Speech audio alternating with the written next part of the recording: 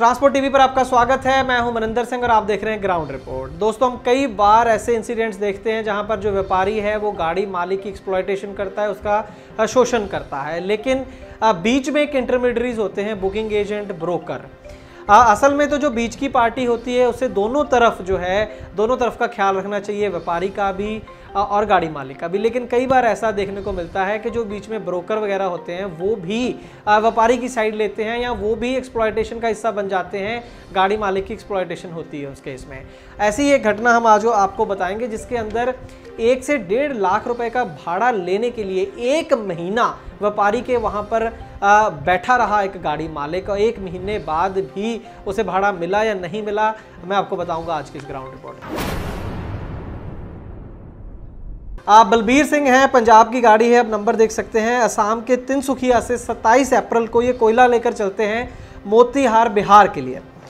मोतीहार इनको पहुंचना होता है, गाड़ी वहां पर पहुंच जाती है। वहां पहुंचने के बाद इनको फोन आता है कि ऐसा करो वापस आ जाओ, 100 किलोमीटर आप वापस आ जाओ मुजफ्फरपुर में, वहां पर ये माल जो है, कोयला जो है वो अनलोड करना है।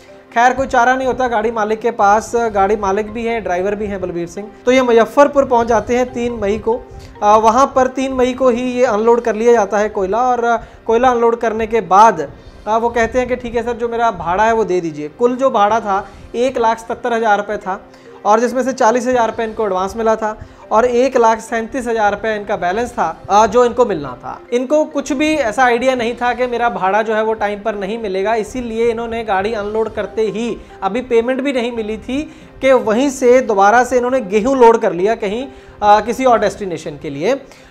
लेकिन जैसे ही गाड़ी लोड करके वो इस व्यापारी के पास दोबारा पहुंचे कि सर पेमेंट दे दीजिए, मुझे जाना है, तो वो आनाकानी करने लगे कि पेमेंट अभी नहीं मिलेगी तुम्हें। जब 1-2 दिन तक पेमेंट नहीं मिली तो मजबूरन जो गेहूं इन्होंने लोड किया था बलबीर सिंह ने, वो उनको अनलोड करना पड़ा, और इस पूरे चक्कर में, उसको लोड अनलोड के चक्कर में 15,000 रुपये का उसका अलग से खर्चा आ गया। 1,37,000 रुपये उसका पेंडिंग था और 15,000 रुपये का खड़े खड़े का वहां पर नुकसान हो गया। तो जब 4-5 दिन निकल गए, पेमेंट नहीं मिली, तो मजबूरन जो बलबीर सिंह थे वो लोकल पुलिस स्टेशन पहुंचे, लेकिन पुलिस की तरफ से कोई भी हेल्प नहीं मिली। वो आनाकानी करते रहे और बलबीर सिंह वहीं पर फंसे रहे। इस पूरी कहानी के अंदर जो मेन विलन है वो है ब्रोकर, और उसका नाम है राजीव। ब्रोकर ने असल में ये पेमेंट करनी थी बलबीर सिंह को, लेकिन वो कोई ना कोई हर दिन नया बहाना बना रहा था। पहले तो वो कहता कि जो मटेरियल है, जो माल आया है कोयला, वो डैमेज है, वो सही नहीं है, इस वजह से पेमेंट नहीं मिल रही। फिर उसने कहना शुरू कर दिया कि ड्राइवर लेट है, और फिर कहा कि ड्राइवर ने मिसबिहेव किया है। तो हर दिन वो नया नया बहाना लगा रहा था, लेकिन पेमेंट नहीं कर रहा था। लेकिन सबसे बड़ी बात ये थी कि जो कंसाइनी है, जो व्यापारी है जिसका माल था, उसका ये कहना था कि मुझे कोई शिकायत नहीं है बलबीर सिंह से, माल भी टाइम पर आया है और माल में कोई भी दिक्कत नहीं है, कोई खराबी नहीं है, और मुझे पेमेंट देने में भी कोई दिक्कत नहीं है, और असल में मैं पेमेंट इसकी कर चुका हूं।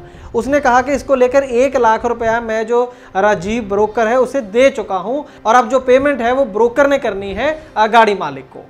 भाई 15 अप्रैल नो माझा ट्रांसपोर्ट इकबाल सिंह तो तय हो के गई सी कोला भरना तिनसुकिए तो 15 तरीक दी गई, 15 अप्रैल दी गई, ये निकली उतों 27 अप्रैल में लोड हो गए।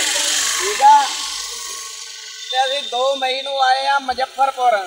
मुजफ्फरपुर आके 4 मई नू गड्डी खाली हुई आ, ते 6 मई नू बाहर निकली। 6 मई नू खाली गड्डी का कंडा करवा के गड्डी खड़ी करती। ਹੁਣ ਭਾੜੇ ਵਾਸਤੇ ਸਾਨੂੰ ਖੱਜਲ ਕਰਦੇ ਪਏ ਆ, ਤਾਂ ਜੇ ਅਗਰ ਪੱਠੇ ਵਾਲੇ ਨੂੰ ਕਹੀਦਾ ਤੇ ਪੱਠੇ ਵਾਲਾ ਕਹਿੰਦਾ ਵੀ ਦਲਾਲ ਭਾੜਾ ਦੇਗਾ। ਦਲਾਲ ਨੂੰ ਫੋਨ ਲਾਣੇ ਆ ਤੇ ਕਹਿੰਦਾ ਪਿਛਲੀ ਪਾਰਟੀ ਭਾੜਾ ਦੇਗੀ ਅਸਾਮ ਵਾਲੀ।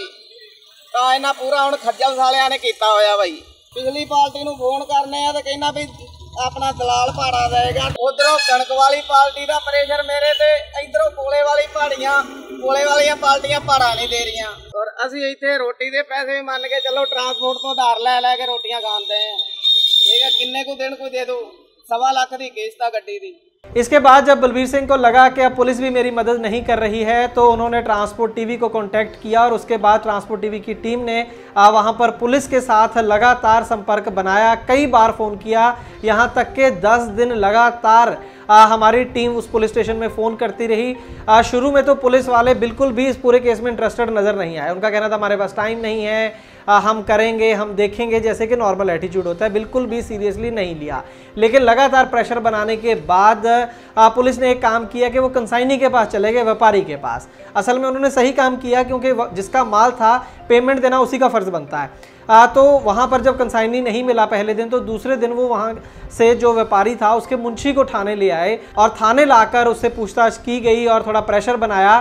तो उसने 40,000 रुपये की पेमेंट कर दी, लेकिन कुल रकम थी 1,37,000, उसमें से 40,000 रुपये पे किया, लेकिन अभी भी 97,000 रुपया जो था वो बकाया था। इतनी बड़ी रकम किसी भी हाल में ऑब्वियसली बलबीर सिंह छोड़कर नहीं आ सकता था, लेकिन 40,000 दिलवाने के बाद पुलिस फिर ढीली ढाली हो गई। और हैरानी की बात यह थी कि ब्रोकर को लेकर, राजीव को लेकर पुलिस जो थी वो बिल्कुल कैजुअल नजर आई। उनका कहना था कि हमने उसे बुलाया है, लेकिन वो पुलिस स्टेशन आता नहीं है। देखिए कितनी ज़्यादा शरीफ पुलिस है हमारे देश की। हम बिना वजह जो है पुलिस के ऊपर इल्ज़ाम लगाते रहते हैं। इस कदर अपराधियों से भी डरती है। वो कहते हैं कि वो आते नहीं है, तो हम क्या कर सकते हैं।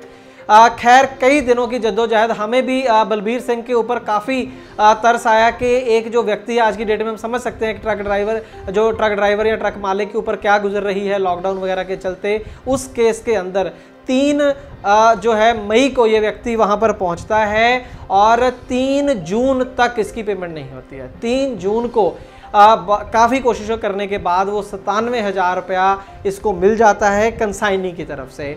वहाँ पर इसका एक छोटा सा समझौता एक प्लेन पेपर के ऊपर करवा दिया जाता है कि मुझे मेरी जितनी भी जो ड्यू पेमेंट थी वो मुझे मिल चुकी है। 97,000 रुपये से दे दिया जाता है और वहाँ से जो है बलबीर सिंह निकल आते हैं अपनी गाड़ी लेकर। लेकिन उसके अंदर भी 67,000 रुपये कैश और 30,000 रुपये का एक चेक है। वो भी तभी हम मान सकते हैं जब वो कैश होगा, तभी हम कह सकते हैं कि उसकी पेमेंट पूरी मिल गई। लेकिन आप इसके साथ ये देखेंगे 15,000 रुपये का तो उसका नुकसान हुआ, जो उसने पहले माल लोड कर लिया और फिर अनलोड करना पड़ा। उसके बाद अगर हम 3,000 रुपये प्रतिदिन का खर्चा लगाएं एक ट्रक का, आज की डेट में है, EMI, खाना, रहना, तमाम खर्चे हैं, 90,000 रुपये का वो नुकसान है। 1,05,000 रुपये हो गया। और इसके अलावा जो उसकी हरासमेंट है, अपने घर नहीं जा पाया और किस तरीके से वहाँ पर रहा होगा, इन चीज़ों की तो कोई वैल्यू ही नहीं है। यहाँ पर बड़ा मुद्दा ये है कि कई बार हम कहते हैं कि हमारा एक जो पूरा परिवार है, ट्रांसपोर्ट समुदाय, जिसके अंदर ड्राइवर है, गाड़ी मालिक है, ट्रांसपोर्टर है, ब्रोकर है, ये पूरा समुदाय है, हमें इकट्ठा होना चाहिए, हमें सरकार से लड़ना चाहिए, अपनी मांगें मनवानी चाहिए। लेकिन समझ में नहीं आता कई बार कि किस तरह का ये परिवार है और किस तरह की ये यूनिटी है। हर कोई एक दूसरे को खाना चाहता है। कैसे लड़ सकता है ये सेक्टर, कैसे उभर सकता है ये सेक्टर घाटों से, ये समझ से परे। और दूसरी बड़ी बात ये है कि सरकार को कोई एक ऐसा मैकेनिज्म बनाना चाहिए। ये एक बहुत बड़ा इशू है कि जो व्यापारी हैं या बीच के जो लोग होते हैं वो पेमेंट नहीं करते हैं गाड़ी मालिक को। ये एक बहुत बड़ी दिक्कत है और उसके पास कोई ऐसा मैकेनिज्म नहीं है आज की डेट में कि वो यहाँ पर आसानी से जा सके और अपनी पेमेंट जो है उसके लिए गुहार लगा सके और पेमेंट ले सके। ट्रांसपोर्ट टीवी की टीम ने भी कोशिश की बलबीर सिंह की इस केस में हेल्प की और उसकी हेल्प हो गई, पैसे उसे मिले। लेकिन टीवी की टीम भी इतनी बड़ी नहीं है कि देश के अंदर हज़ारों ऐसे केस डेली होते हैं, हर किसी की मदद हम भी नहीं कर पाते हैं। तो इसीलिए मैं कह रहा हूं कि एक मैकेनिज्म देश के अंदर होना चाहिए, इसके ऊपर गौर सभी को करनी चाहिए। ट्रांसपोर्ट टीवी को YouTube पर अभी करें सब्सक्राइब और दबाएं बेल आइकन। फेसबुक पर लाइक करें हमारा पेज और ट्विटर पर भी करें फॉलो। ट्रांसपोर्ट टीवी, जानकारी लाभकारी।